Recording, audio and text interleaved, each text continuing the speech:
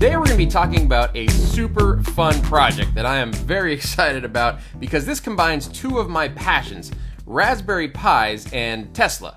So what we're going to be doing is working with the TeslaUSB project on GitHub to turn a Raspberry Pi Zero W into a device that plugs into the Tesla for a couple of purposes. The first thing that it does is it can be used to store all of your Dashcam footage and the Sentry Mode footage. The second thing that it can do is it can have an extra amount of space for storing music that is accessible by the music system so that you can just play music through the USB interface. The other really cool thing about this is that you can synchronize those files, both the music files and the TeslaCam files, with a share on a Windows PC.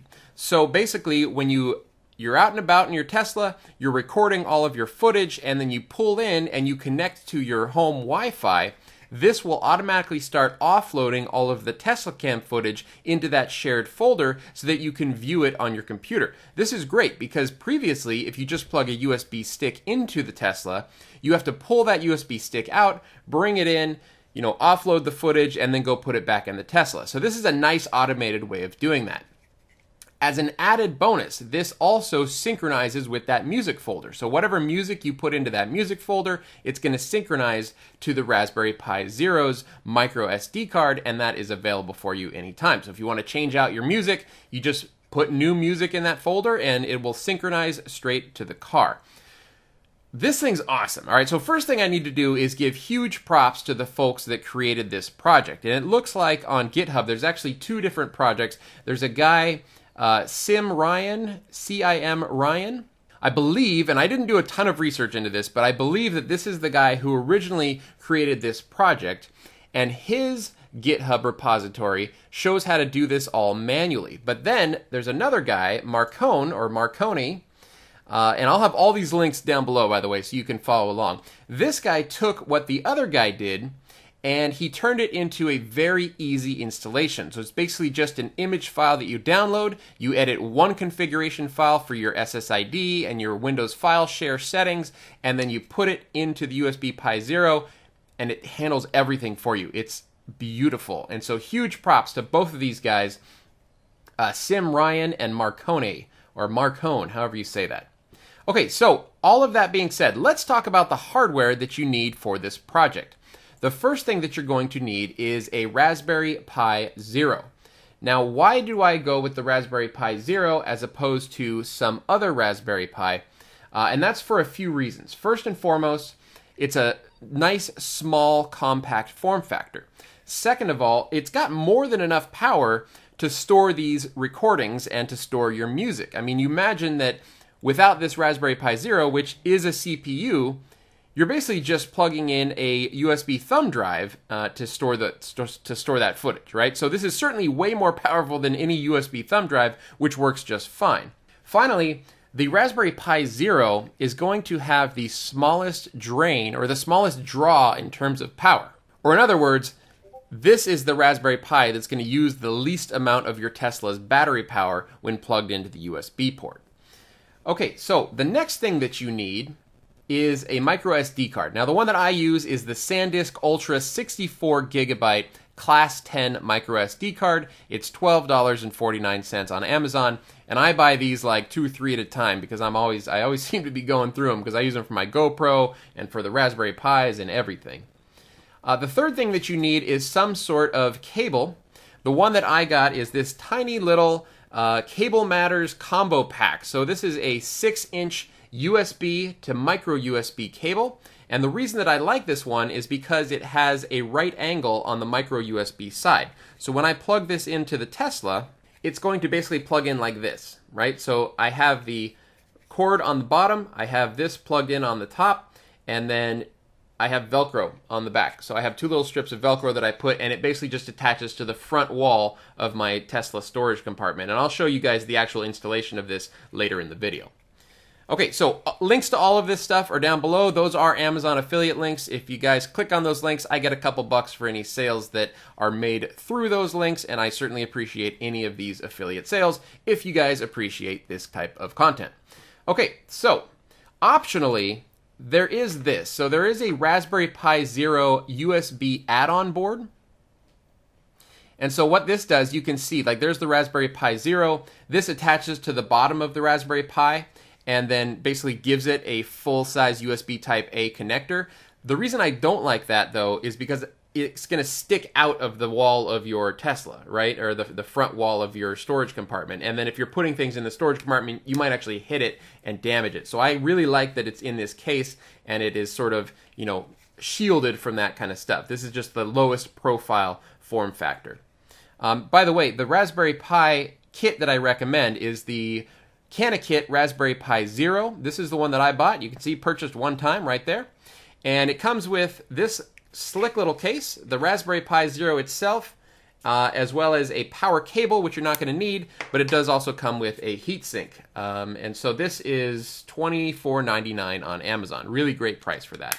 All right, so let's get on with the install. The first thing that we're going to do is we're going to create 2 folders. Now, for the purposes of this video, I'm going to assume that you guys are going to want to do both the TeslaCam Sentry Mode footage as well as a separate music store.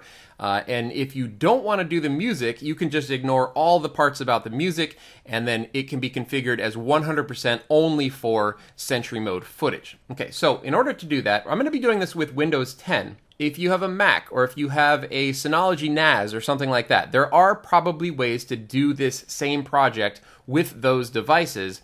However, in this video, I'm going to do Windows 10 because that's what I have. If you have additional information on how to do the same project with Synology or with Macintosh or any other type of file system, put that information down in the comments below, as I'm sure people might want to try to find that information.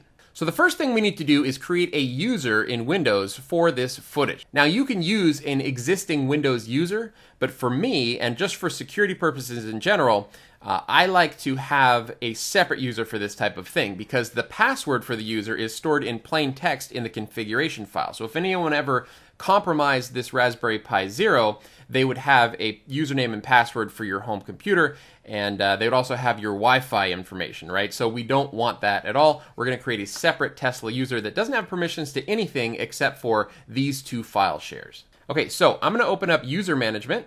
And you can find that by just going, you know, start and then just typing user, and it should say like add users to this computer or something like that. So here we have other users. Now I've already created a Tesla account, but let's pretend like I haven't. We're going to click add someone else to this PC.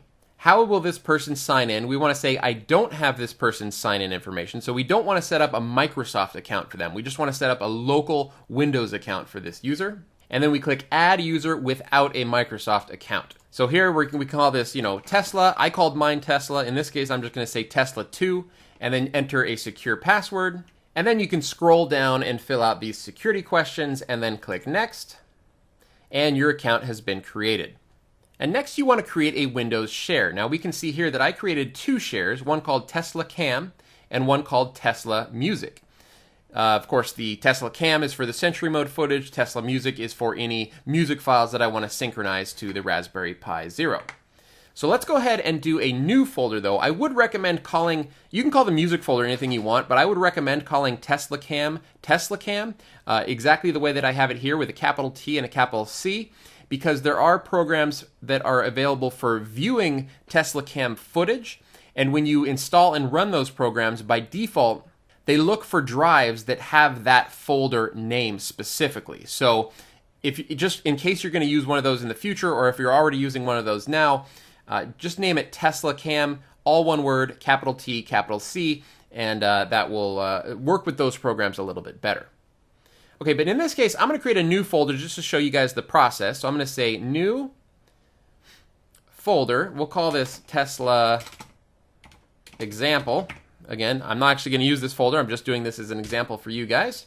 And then right-click on the folder and choose Properties. Now, in the Properties here, click on the Sharing tab and then click Share. Select your Tesla user from the drop-down box and click Add, and then change the permission level to Read/Write and click Share.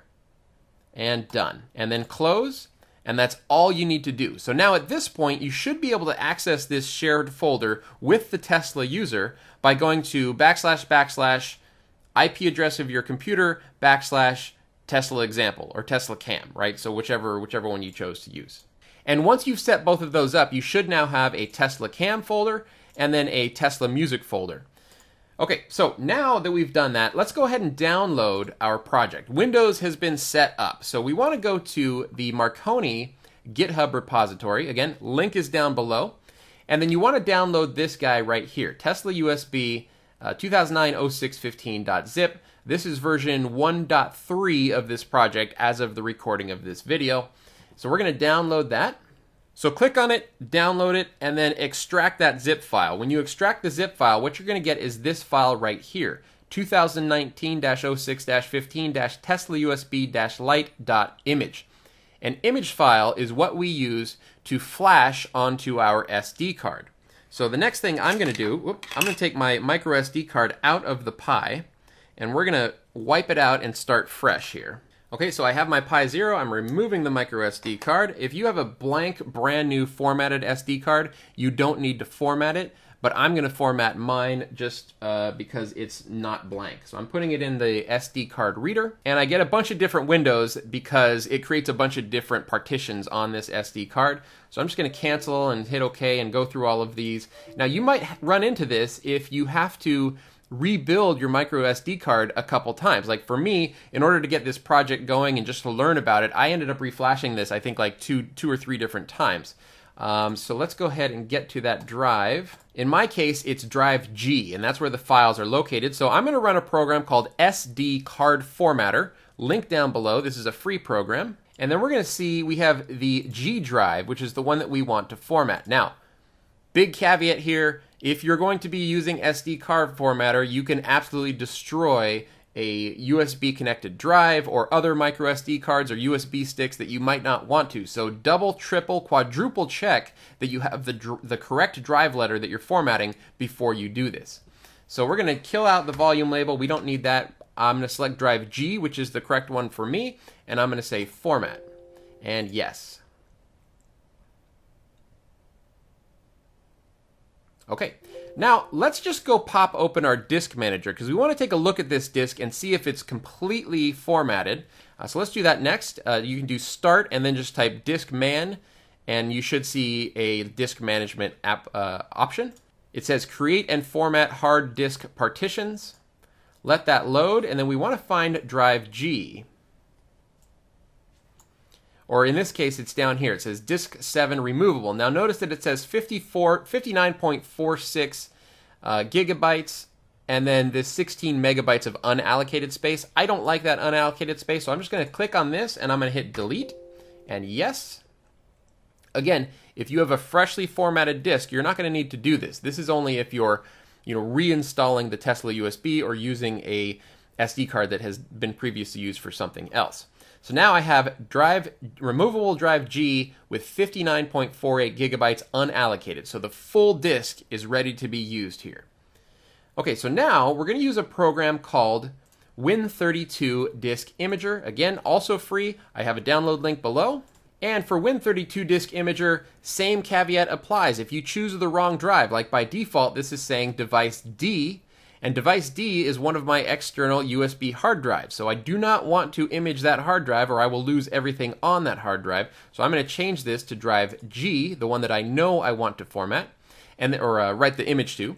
And then we're going to select that image file that we downloaded from GitHub. Okay, once that's selected, double check your device again. And if everything looks good, go ahead and click write. And yes.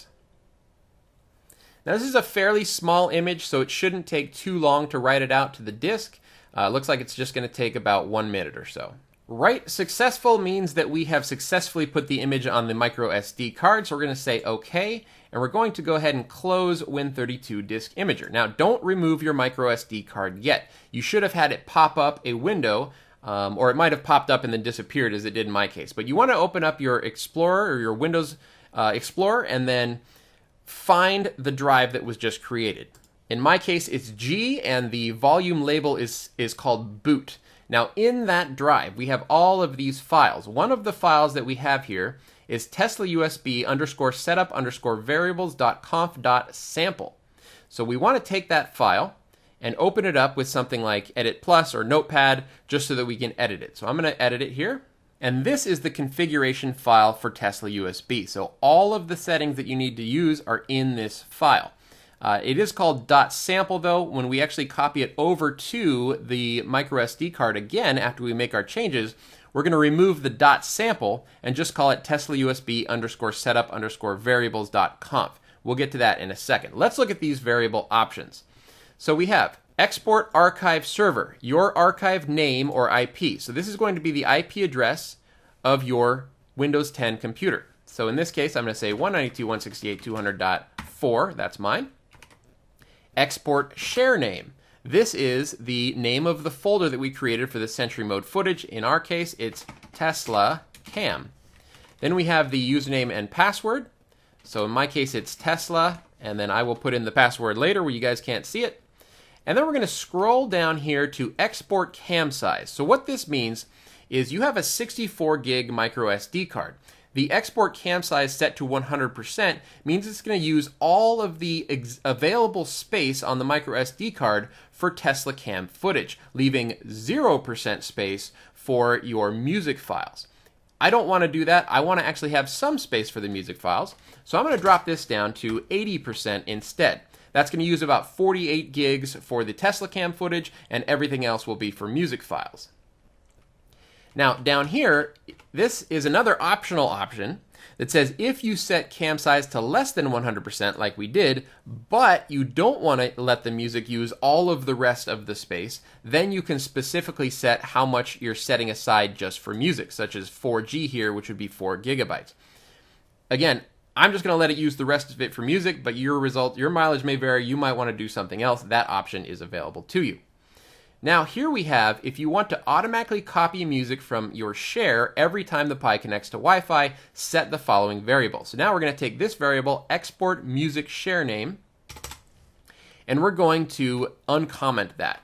And then for the music share name, we're going to call it Tesla Music, or the name of your shared folder that you created for music. Next we have our Wi-Fi setup information. This is pretty self-explanatory. You enter in your SSID, and then your wireless network password. Again, I'm not going to put my password in here because I don't want to show it on screen, but that's where you enter that information. And the only other setting that I'm using here is I'm actually setting the export time zone to America, Los Angeles, which is the Pacific time zone where I live. Now, there are some other options in this configuration file. I'm not going to go any more in depth on the configuration file, but there are options such as, by default, there's a 20-second delay between connecting to Wi-Fi and then starting the archive of recorded clips. Uncomment this to change the duration of that delay. So if you want it to be 1 minute after your, you pull into your garage, your Pi connects to the Wi-Fi, how long is it waiting before it actually starts archiving that footage? For me, the 20 seconds is totally fine. You can change your host name if you want. And there's also some options down below for interfacing with Tesla's API. So if you have a lot of Sentry Mode footage, it's going to take a while to copy that across. But when you pull into the garage and then you walk away, your car locks and then it goes to sleep eventually. So if you don't want your car to go to sleep, you can set that down here and tell your car to stay awake. Now in my case, I don't do this. If I need extra time to manually copy footage, I just open up the Tesla app on my phone and that wakes the car up. Okay, and then it's awake for I think like 5 or 10 minutes after you open it that way. You can also just turn the climate on or something and that'll keep it awake. That'll actually keep it awake for like 4 hours. So if you have a bunch of footage to offload, go into the Tesla app, turn the climate on manually for, and let it run for 2 hours or 4 hours or however long you want it to run. And then it will have plenty of time to copy all that footage off via Wi-Fi. Okay, so that is it for the Tesla configuration file, the TeslaUSB configuration file setup. We're going to now save that, save as, and we want to save it as Tesla setup, TeslaUSB _setup _variables.conf. So remove the .sample. Here's another thing that you should do is when you make these configuration file changes, take another copy of this configuration file and save it to your local hard drive, because if you have to rebuild the Tesla USB Raspberry Pi for any reason, you're going to want a backup copy of this comp file so you don't have to go back and relearn all these settings. So save 2 copies, one to the Raspberry Pi microSD card and one to your local machine. Okay, once you've saved that file, you should now have a TeslaUSB_setup_variables.conf, and at this point you can pull the microSD card and then insert the microSD card into the Raspberry Pi. Now power up your Raspberry Pi. I wouldn't go put it straight into your car at this point. Go ahead and power it up, because this initial process does take some time to get this thing going, usually about 5 to 10 minutes. So I'm going to go ahead and plug mine in, and then we can see that the LED is on. Right there, you can see the LED is flashing, and that means that it is starting to do its thing. How do you know when you're able to connect to this thing? You can connect to it. I would give it about 5 minutes after you first plug it in, and then you can see if you can connect to it. There's a couple of ways that you can find it on your local network. The first way is to look at your DHCP leases and just try to find, the MAC address of the Raspberry Pi. It'll actually show up, or for me, it showed up in EdgeMac's DHCP leases as TeslaUSB. So it was pretty easy to find it in the USB leases, and then I was able to get the IP address. After you let it boot up for about 5 minutes or so, you should be able to SSH to it at pi@teslausb.local, because assuming that your wireless connection is working properly, it should just come up on your wireless, and then you should be able to get to it with that address. I found it a little bit hit and miss whether or not the pi@teslausb.local was working.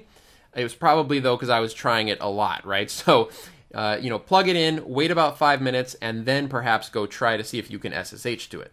So now, to SSH, I'm just going to use Windows 10 command line, and I'm going to try it now. Let's see if we have it available. I know that my IP address of mine is 192.168.200.208, so let me ping that first, and it is already responding. So let me try the name first. So I'm going to SSH to pi@teslausb.local, and it did not like that one. Okay, so it didn't like it yet for me. Again, your mileage may vary. Sometimes it'll work, sometimes it won't. But now I'm going to say SSH pi@192.168.200.208. And, I have a bad key since I've already been using this device. So I'm going to say cd.ssh, and I'm going to edit my known host file and remove the entries for the Tesla USB. Again, this is probably something you won't have to do yourself. Okay, so I've removed that entry in the known host file, and now if I SSH to pi@192.168.200.208, we say yes, and then it has the default password of Raspberry, and now we are in. Okay, so how do we tell what's going on with this thing? There's a few ways. They built in some indicators that tell us what it's doing in the back end. Okay, so if we go to cd/boot, and then we do lsla, we can see a couple of things here. Number one, this all caps file, Wi-Fi enabled. That means that it's successfully connected to our Wi-Fi. Then we have this all caps file, Tesla USB setup started. That means that it has started the process, and it is logging as it goes along, and it logs to TeslaUSB-headless-setup.log. So let's tail that file, meaning watch it as it grows. As the log file grows and gets more entries, we're going to watch it. So we say tail-f Tesla USB-setup headless-setup.log. And so what we can see it's doing now is it is updating package index files. Now, I just know from experience, and having done this a few times already, that this particular step takes about 4 to 5 minutes. But if you've gotten to this particular step, that means that your Tesla USB has already successfully connected to your Windows shares and everything is working properly. If you see any errors in here, take a look at those errors and try to figure out what they are, and then you can, try again. There's also a troubleshooting guide right here. So troubleshooting, it tells you where this log file is. It tells you how to restart the script if you want. Of course, you could always just reformat and re-image the SD card, recopy the configuration file, and start it again that way. But this does tell you how to restart it if you want. If Wi-Fi doesn't come up, it tells you how to fix that, or at least where to look to fix that. And then down here, it talks about what's happening under the covers. So we have our log file. It tells us the marker files such as USB setup started and USB setup finished. And then it also tells us about the Wi-Fi enabled file. It also has LED flash patterns, right? So once it finishes setup, it's going to reboot, and then when it comes back up, it will be blinking twice, once a second. So beep, beep, beep, beep, beep, beep. And when it's in that mode, that means, it doesn't actually beep, by the way, it just flashes. I threw in the beeps. That means that it is ready to go, and we can then put it in the car. Okay, so I'm going to keep an eye on this log file, and then I'm going to come back once it is finished, and then we're going to take a look one more time. Install is finished, and in my case, it actually did not install perfectly this time. So I had to manually restart the installation, actually twice. It got stuck on one line, and after about 12 or 15 minutes of being stuck on that line, I knew that that was too long. So while I was watching the log file, it stayed in one place for 10 to 15 minutes. That's too long. You know it probably hasn't worked at that point. So what you can do, here I am logged back into it because I did get it to successfully finish, is you can do sudo -i, and this basically makes you the root user, and then you can just run /etc/rc.local. I'm not going to run it now because I'm all installed, but when you run that command, it restarts the installation, picks up where it left off, and it gives you a lot more verbose information about what is actually happening than the log file does. So, pro tip for you, if it does seem to pause or halt or stop, go rerun /etc/rc.local, and you should be back on track. Okay, so now let's take a look around the operating system. This is going to be running a little bit slow for me because it is currently copying my music files over to the Raspberry Pi. So if I say df-h, that's showing me the disk-free information. We can see a number of things here. So number one, we can see that it has successfully mounted TeslaCam and Tesla Music, the Windows shares that I created. And those were mounted to Mount Archive and Mount Music Archive. I also have this /mount/music, and if we go there, cd/mount/music, here we can see two directories of what will eventually be three directories of music that's currently being copied over to /mount/music. So if I go into one of these folders, and I keep refreshing it, we see these temp files. This is actually, you can see the numbers going up there, and it is copying files in as I keep refreshing it. Okay, so another thing we can see, df-h, is we have a 58 gig partition called /backing files. Okay, so that is where we keep all of our music stuff and our security footage, right? It's basically like a bigger disk within a disk, if you will. So if I say cd/backing files, and I look in here, we could see that I have a 48 gigabyte, let me actually do -lah, make it human readable. I have a 45 gigabyte CAM disk and a 12 gigabyte music disk. That's that 80%, 20% split that I set up in the configuration file. Okay, so now the last thing that I need to do is just wait for my music files to copy over, and then we can disconnect the Raspberry Pi Zero and go hook it up in the Tesla. Okay, so out in the Tesla, we're going to do our installation now. I have the Raspberry Pi in its case, and there are two spots to plug in a micro USB cable. You want to use the one that is closer to the center of the Raspberry Pi. Okay, so not the top one here, this second one down here, because that one is both USB and power, whereas the top one appears to be power only. So what I'm going to do is I'm going to plug it in. You can see that I have these two dots. This is where my Velcro is, so I have Velcro on both sides. I'm just going to attach it to the Velcro, and then we're going to plug it in like so. Okay, let me take the case front off. And what you'll see here, let me get my light on there, is the Raspberry Pi booting up. There we are, fully installed. And then you'll see the LED, which, let me put the light down again. The LED is right here. When that LED starts blinking, where it is 2 blinks per second, that means that it's ready to go. Now, when you plug this thing in the first time, or any time really, it takes about 30 seconds before it actually boots up and then becomes a USB, a recognizable USB drive for both your music and the Dashcam footage.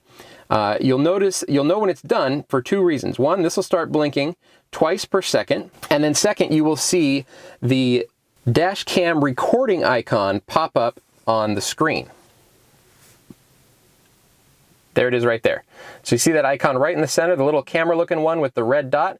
That means that our USB is detected and recording. And you should also now see a USB option available when you click on your music, and then you can play the files that are in that folder. Okay, well that's basically all there is to it. I hope you guys enjoyed this video. If you did enjoy it, make sure you give me a thumbs up down below and subscribe if you'd like to see more stuff like this. All right guys, we will see you in the next video.